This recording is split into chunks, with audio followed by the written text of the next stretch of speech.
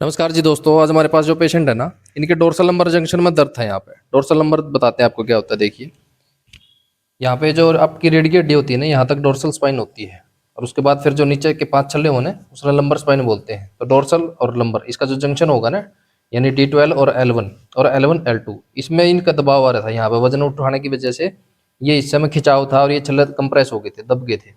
पैर में दर्द नहीं था क्योंकि L4 L5 में दबाव नहीं था, बस खाली इसी जगह पे इस हिस्से में सूनापन और थोड़ी सी जकड़न और दर्द महसूस हुआ था।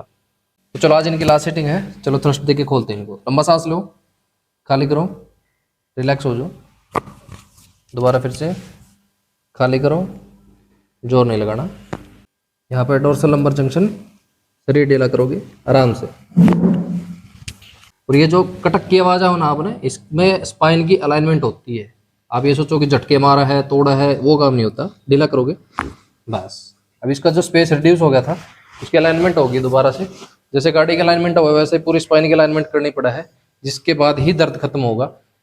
तो बताओ, आज आपकी तीसरी सीटिंग है, वहाँ देख के बताओ कितना दर्द है अभी आपको। आप बिल्कुल कंफर्म ठीक हूँ मैं। ठीक है, और खाली खिंचाव था, मांसपेशियों में जकड़न थी, और 2 पॉइंट पर दर्द बन रहा था इनके। आज इनकी 3 सीटिंग ली है, 3 सीटिंग ही काफ़ी है। कई पेशेंट पूछा हमने कितनी बार आना पड़ेगा। भाई वो आपकी कंडीशन के ऊपर बात हो है, किसी की 2 सीटिंग में हो जाओ, किसी का 3 सीटिंग में, किसी का 10 सीटिंग में लाग जाए।